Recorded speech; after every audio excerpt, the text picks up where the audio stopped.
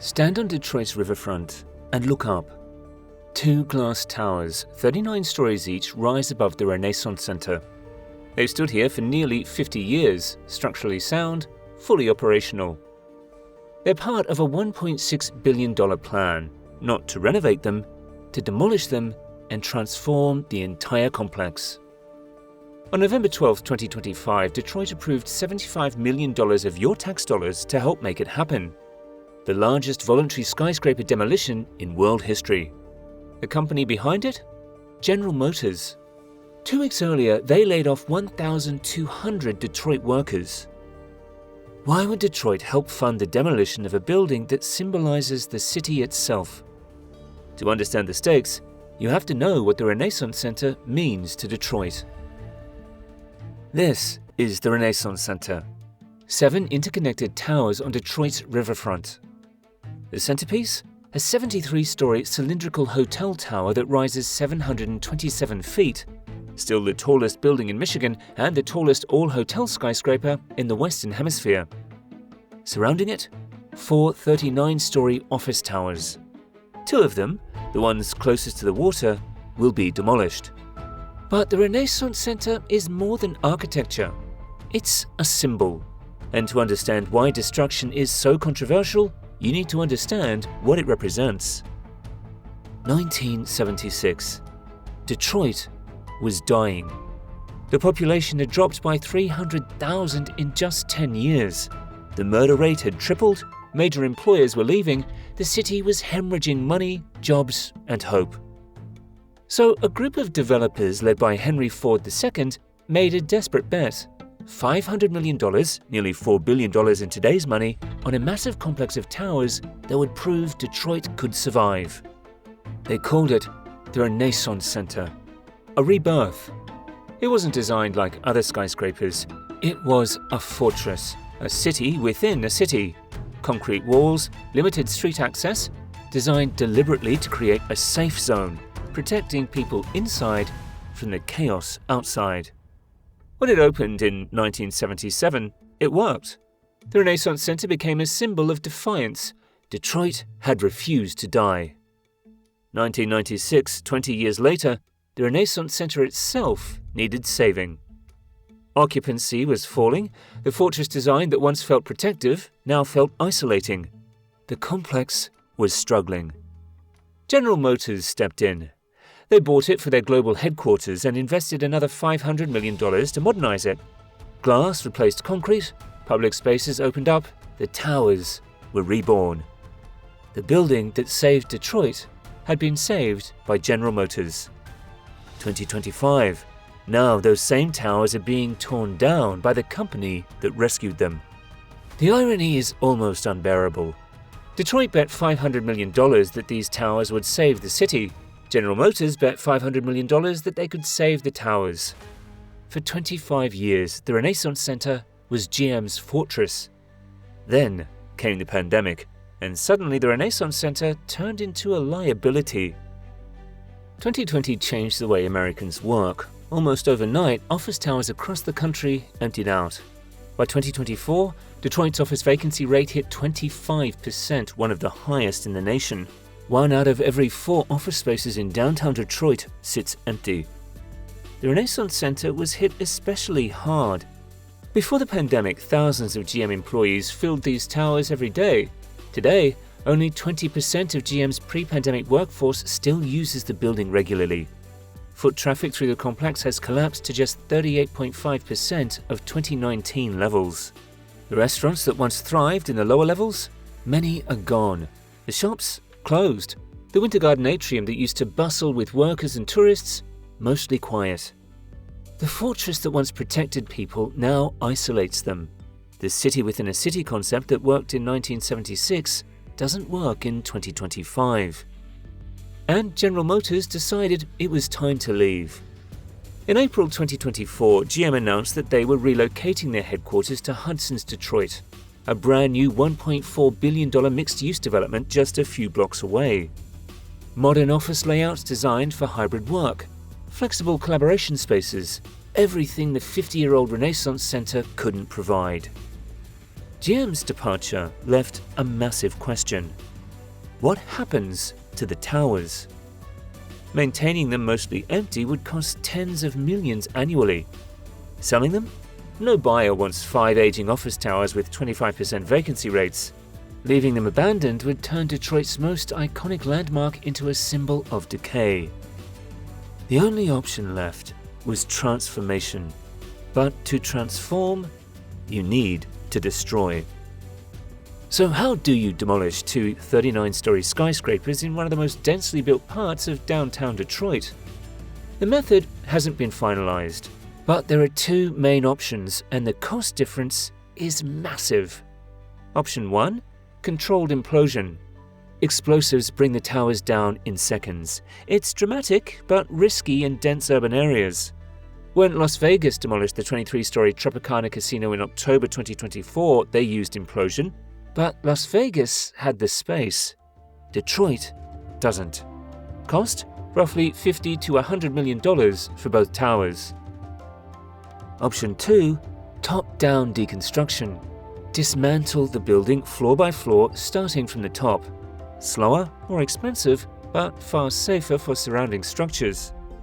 This is how they're currently demolishing the 52-story Salesforce Tower East in Indianapolis, a 2-year process that began in 2023. Cost? $200 to $300 million for both towers. Given the constraints, a 73-story occupied hotel just 50 feet away, the Detroit River on the other side, and the Riverwalk below attracting 3.5 million visitors annually, top-down deconstruction is the likely choice. That means roughly $250 million of the $1.6 billion budget goes just to taking these towers down. The timeline? Demolition begins in 2027 and is expected to take 2 years. By 2029, both towers will be gone. Nearly 2 million square feet of concrete, steel and glass carefully removed piece by piece in the heart of a working downtown. And after destroying it, what comes next? Not more skyscrapers. A park. Where the 2 riverfront towers once stood, Detroit is creating a signature public park and civic space, modeled after Chicago's Navy Pier and New York's Chelsea Piers. The vision? Open the riverfront.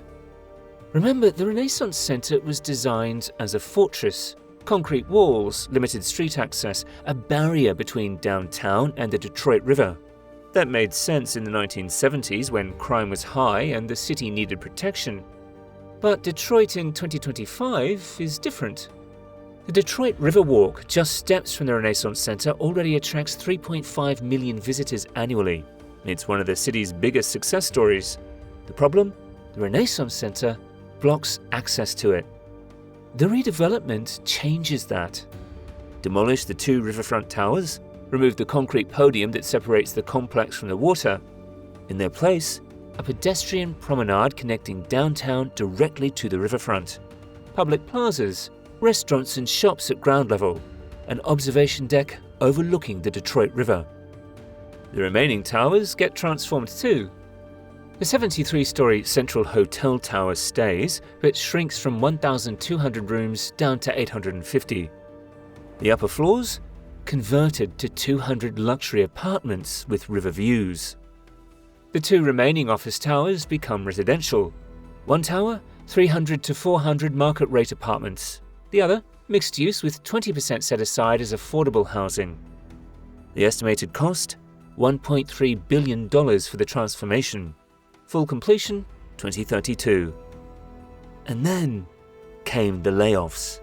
You see, this is not the first time Detroit helped General Motors. In 2009, the company, fresh from a $50 billion federal bailout, receives additional state tax credits from Michigan as part of a package designed to keep jobs in the state. The deal is explicit. Maintain thousands of jobs across Michigan, including the Renaissance Center. Keep the jobs, keep the credits. GM accepts. March 2020, as the pandemic arrives, GM quietly removes the requirement to maintain 4,000 jobs at the Renaissance Center. The building remains their global headquarters, but the job commitment? Gone. No announcement, no press release. just removed. April 2024, GM announces they're relocating their headquarters to Hudson's Detroit, a brand new $1.4 billion development just blocks away. The Renaissance Center, the building they promised to fill with jobs, will be mostly emptied. October 29, 2025, the company announces 1,200 workers at the Detroit EV plant will be laid off indefinitely. The reason? Slower than expected electric vehicle adoption. Another 1,550 workers face temporary layoffs at battery plants in Ohio and Tennessee. Over 2,700 American workers affected. November 12, 2025, 14 days later, the Downtown Development Authority approves the $75 million. The timing couldn't have been worse. General Motors is also seeking another $250 million from Michigan state government through the Transformational Brownfield program, bringing the total public contribution to $325 million. The state funding is still pending. That adds to the $1 billion coming from Bedrock, a private real estate developer, and $250 million from General Motors, totaling $1.575 billion. The remaining $25 million is likely coming from other sources, federal grants, tax incentives, or private equity, bringing the total to $1.6 billion. In exchange, GM and Bedrock promise the transformation will generate significant economic benefits, increased property tax revenue, thousands of construction jobs, and a revitalized riverfront that will attract new residents and businesses. But the optics are brutal. A profitable corporation cutting thousands of jobs, then asking for public money to demolish a building they own. Taxpayers funding the demolition while watching their neighbors lose work. Critics call it extortion, pointing out that GM and Bedrock stated they would demolish all 5 towers if they don't receive public funding. Supporters counter that without public investment, the Renaissance Center would remain a massive liability. No private buyer wants 5 aging office towers with 25% vacancy rates. The city faces a choice: invest in transformation or watch the landmark decay. But for many Detroiters, the timing says everything. The company that received tax breaks to create jobs is now asking for public money after eliminating them. The Renaissance Center was born out of Detroit's darkest days, a $500 million bet that the city could survive. In 1996, when the center itself needed saving, GM stepped in with another $500 million. Now, in 2025, Detroit is making a third bet: that tearing down part of that legacy so it can become something new is the only path forward. By 2027, demolition begins. By 2029, 2 39-story towers will be gone. By 2032, the transformation will be complete. The world's largest voluntary skyscraper demolition. A new park where fortress walls once stood. Hundreds of apartments overlooking the Detroit River. A city reconnected to its waterfront after 50 years. But the questions remain. Was this the right choice? Did Detroit have another option?